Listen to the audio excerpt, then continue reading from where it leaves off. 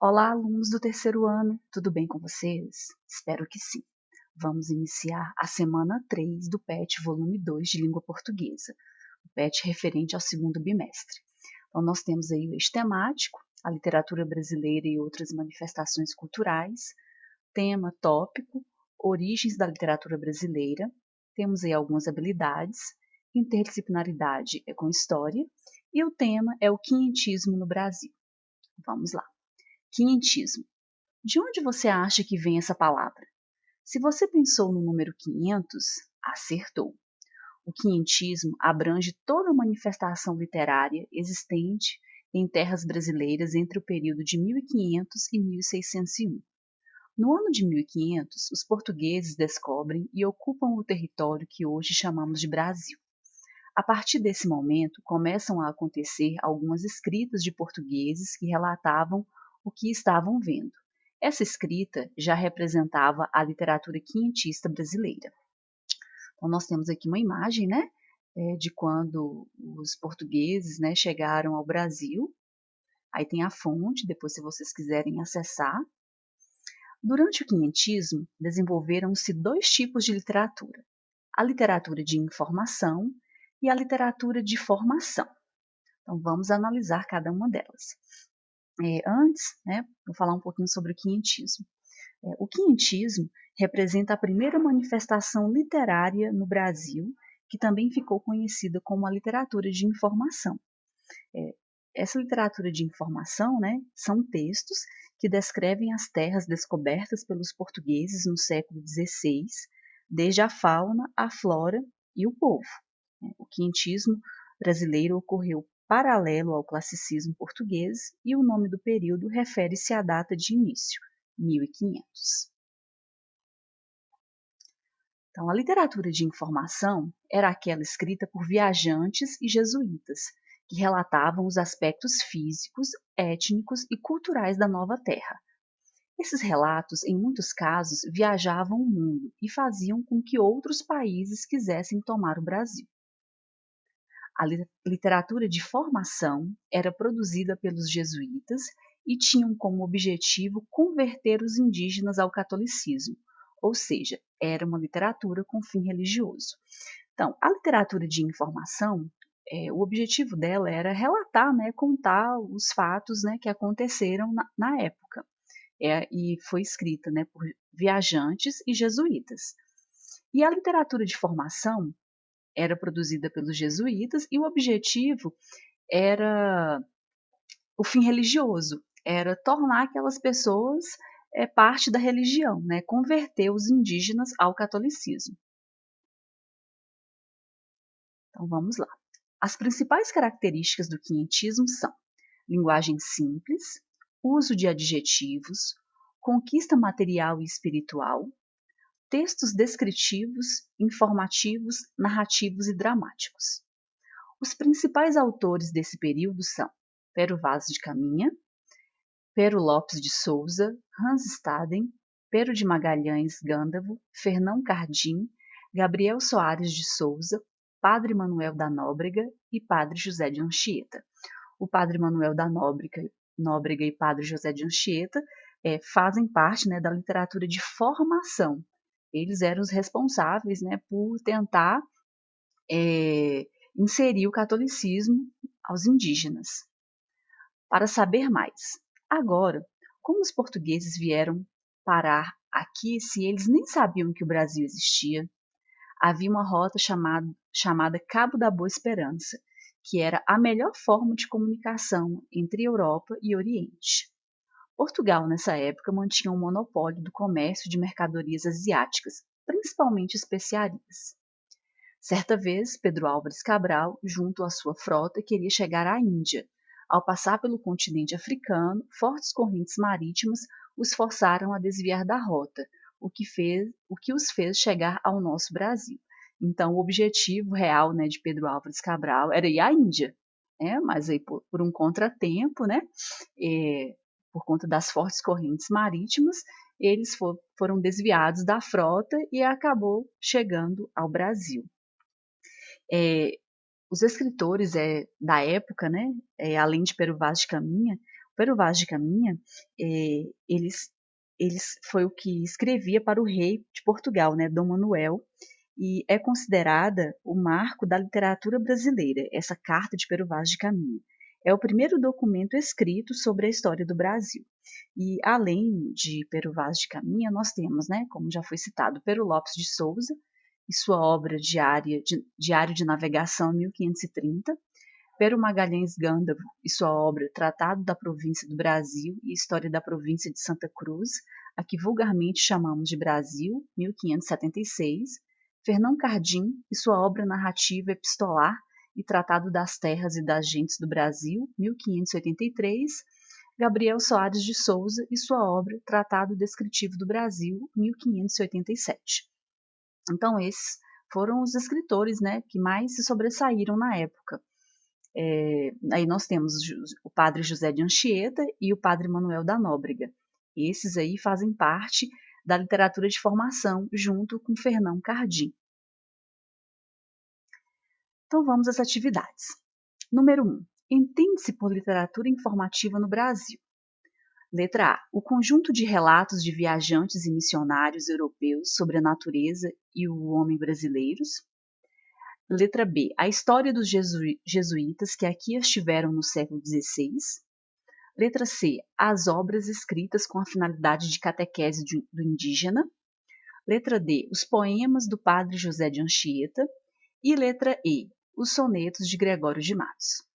Então, a gente vai até por eliminação, né? Apesar de estar na cara, mas a gente pode ir por eliminação. O Gregório de Matos não faz parte do quinhentismo. O padre José de Anchieta faz, só que os poemas não faziam parte, né, da literatura informativa. As obras escritas com a finalidade de catequese também não faz parte da literatura informativa, faz parte da literatura formativa. E a história dos jesuítas que aqui estiveram no século XVI. Não contava a história apenas, né, dos jesuítas.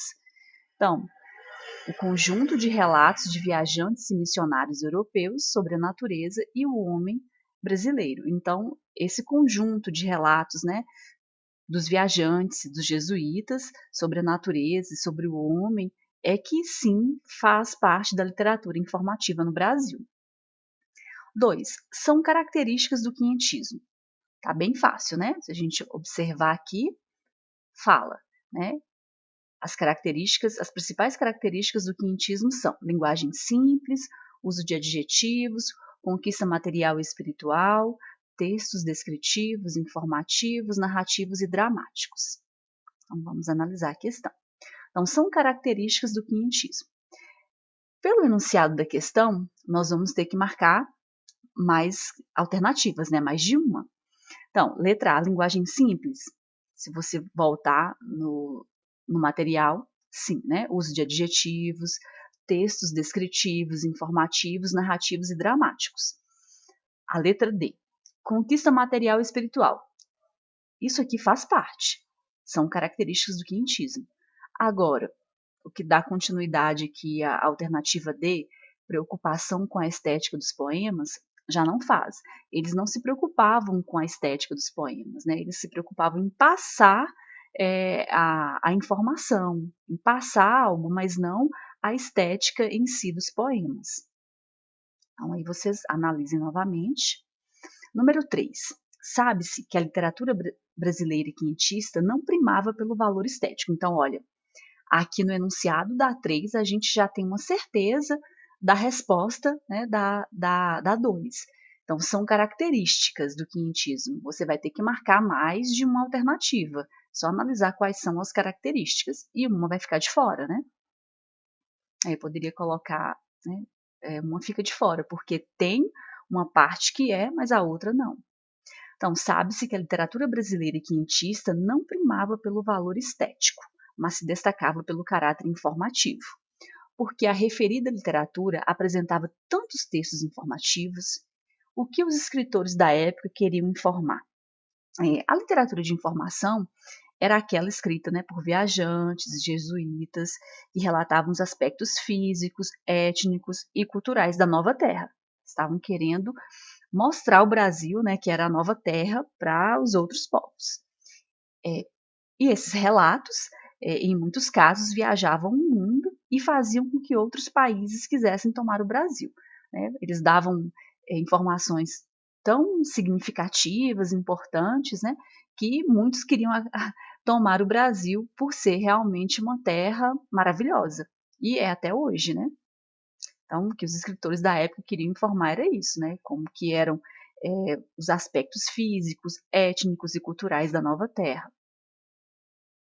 Vamos ao número 4. A feição deles é serem pardos, né, feição é a forma, né, como que eles eram. Um tanto avermelhados, de bons rostos e bons narizes, bem feitos. Andam nus, sem cobertura alguma. Nem fazem mais caso de encobrir ou deixar de encobrir suas vergonhas do que de mostrar a cara. Acerca disso, são de grande inocência. Ambos traziam o beiço de baixo, furado e metido nele um osso verdadeiro, de comprimento de uma mão travessa e da grossura de um fuso de algodão, agudo na ponta como um furador. É um trecho, né, da carta de Pero Vaz de Caminha, né, porque ele contava, na carta ele contava, ele mostrava todas as características, né, das pessoas, né, que viviam naquela época. O trecho acima pertence a um dos primeiros escritos considerados como pertencentes à literatura brasileira, que é a Carta de Pero Vaz de Caminha. Do ponto de vista da evolução histórica, trata-se de literatura. Letra A, de informação. Letra B, de cordel. Letra C, naturalista. Letra D, ambientalista. Ou letra E, de formação. Então, nós já sabemos, né? A Carta de Pero Vaz de Caminha, ela foi considerada parte da literatura de informação, porque ela foi feita para contar, né, para narrar, mostrar as características do povo daquela época, da fauna, da flora, né, das características, dos aspectos físicos, étnicos e culturais da nova terra. Então, trata-se de literatura de informação. 5. Defina a diferença entre literatura de informação e a literatura de formação. Então, é só vocês voltarem um pouco no material e darem uma olhada aqui, ó. Então, a literatura de informação era aquela escrita por viajantes e jesuítas que relatavam os aspectos físicos, étnicos e culturais da nova terra, e a literatura de formação, ou catequese, né, ou de catequese, também chamada de literatura dos jesuítas, representava, né, uma categoria de textos elaborados durante o movimento literário quientista, e essa categoria literária de caráter religioso foi considerada uma das primeiras manifestações literárias no Brasil, explorada pelos jesuítas. E a literatura de formação, concluindo, né, ou resumindo, ela era produzida com o intuito de converter, com o objetivo de converter os indígenas ao catolicismo, né, independente se eles queriam ou não, mas eles eram induzidos, né, a se converter ao catolicismo. Então, bem tranquilo, né? Na semana 4, nós iremos falar sobre a Carta de Pero Vaz de Caminha. Então, encerramos aqui a semana 3 do PET, volume 2 de Língua Portuguesa do terceiro ano. Tem algumas referências, né, alguns sites que, se vocês quiserem depois pesquisar para aprofundar mais os estudos sobre o quientismo, tá? Então, espero ter contribuído com vocês, ter ajudado na resolução das atividades. Fica aqui o meu forte abraço e até a próxima semana com a Carta de Pero Vaz de Caminha.